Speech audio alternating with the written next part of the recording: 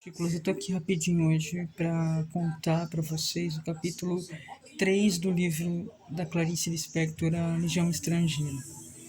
Esqueçam o barulho e foquem no Paulão, tá bom? É o seguinte, o capítulo 3 ele fala sobre a mensagem, o conto, e se passa entre dois jovens de 17 e 16 anos, 16 e 17 anos. Que ambos são depressivos. Eles falam muito em angústia, em dor, que estão pesados e não conseguem ver um palmo diante do nariz e ficam mergulhados nas dores deles mesmos, assim. E o mais engraçado, eles começaram a pegar um contato e começaram a trocar ideia, só que o rapaz começou a contar coisas para ela que ele não tinha o hábito de fazer. Então, quando ele se percebeu, ele falou assim: eu tô conversando com uma menina, só que para eu desenvolver isso, eu vou fazer com que se essa menina fosse um menino. Então, ele tinha esse olhar. Ela é um menino para mim, porque onde já se viu eu tá contando as minhas coisas para uma mulher, uma menina. E é engraçado que no conto demonstra muito isso, da angústia, essa angústia, a dor. E assim, eu sei exatamente o que é sentir angústia, né?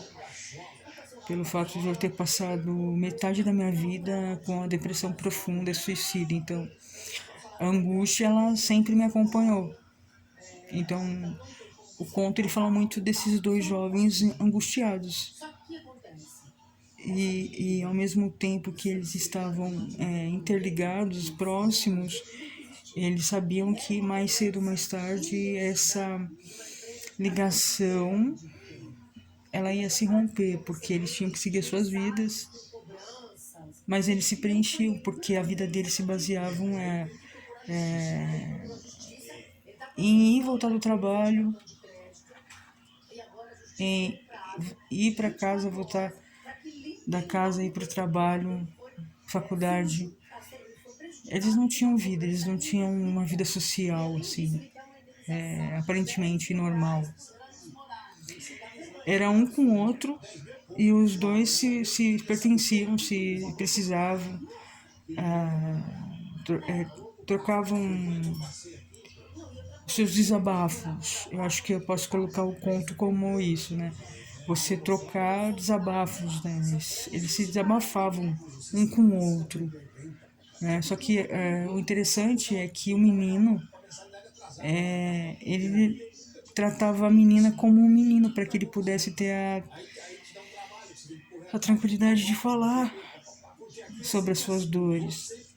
Então ele sabia que se ele não olhasse para a menina como um menino na cabeça dele, ele não ia conseguir desabafar. Engraçado, né? Interessante, né? Esse comportamento. E ao mesmo tempo mostra uma leve impressão de um preconceito velado, porque por que não conversar com uma menina? Sendo que somos seres humanos, né? Independente se eu sou menininho ou menininho. Então, que tipo de preconceito que velado ali, soltamente velado, que ele trazia, que ele alimentava? Tanto que tinha que fazer como se ela fosse um menininho na cabeça dele, para que ele pudesse desenvolver os seus desabafos. E ele se sentia confortável com essa garota. E eles não, no conto não se relata o nome deles, né? Então a gente sabe desse conto falando menino e menina. Eu só sei da idade deles, acho que 16 e 17 anos. Acho que, se não me engano, ela com 17 e ele com 16. Completamente perdidos, completamente perdidos. nos seus monstros, né, nos seus bonequinhos de terror, aquele bonequinho.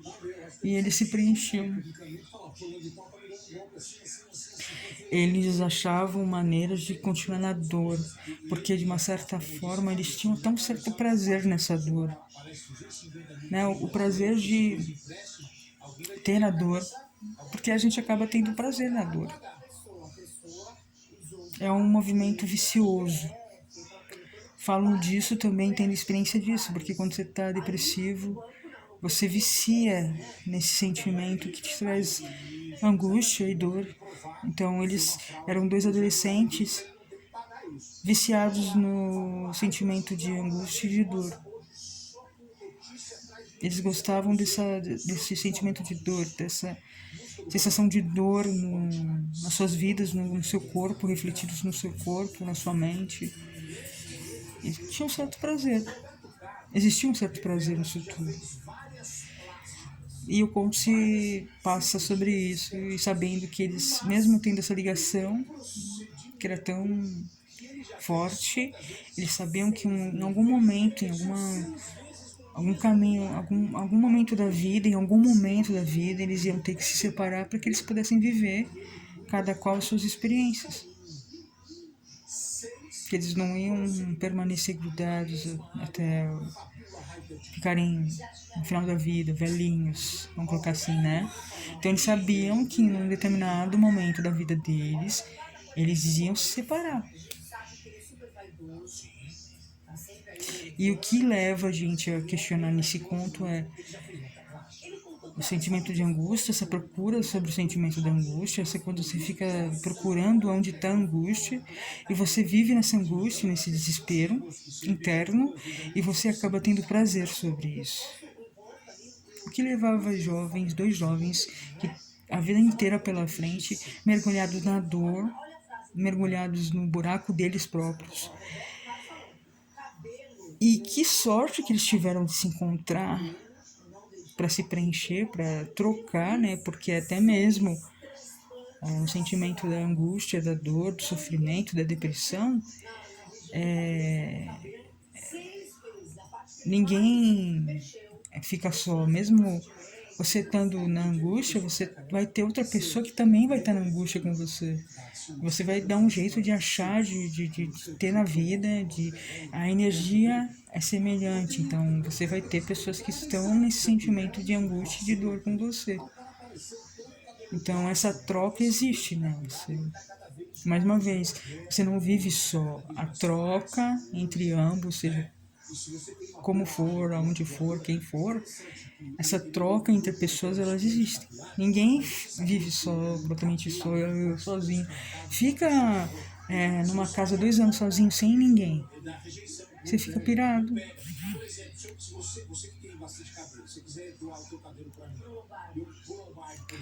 Fica sozinho. 2 anos sem falar com ninguém. Primeiro que na minha percepção é impossível.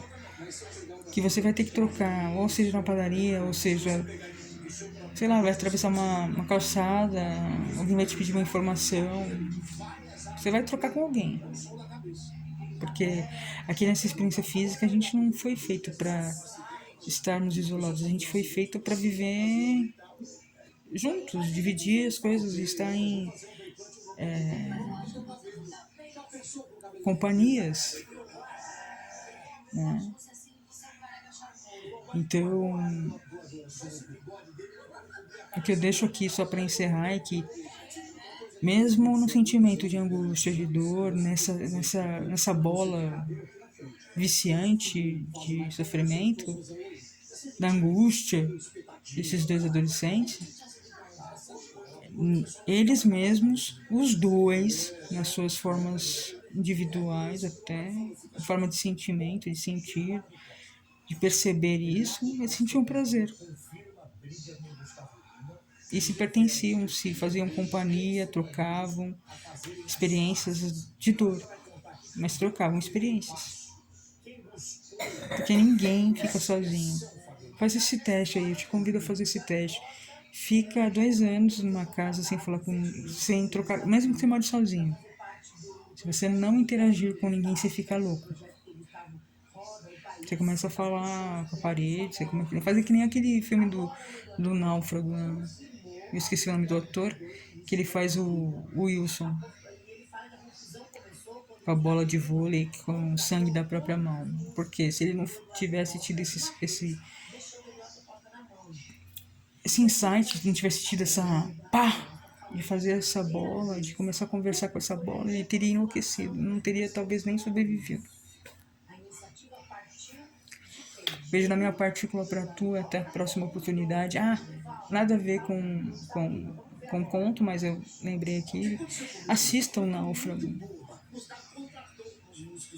É muito interessante. É um filme que se passar trocentas vezes, eu irei assistir, porque vale a pena. Tá bom? Beijo da minha partícula pra tu, até a próxima oportunidade. Vamos e bora que bora, vamos pro próximo capítulo. O próximo conto, que é Os Macacos. Aí eu venho aqui dividir com vocês. E salve Clarice Lispector, muito obrigada pela obra que você deixou, onde quer que você esteja. Viva Clarice Lispector. Beijo da minha partícula pra tu. Você é bem-vindo aqui.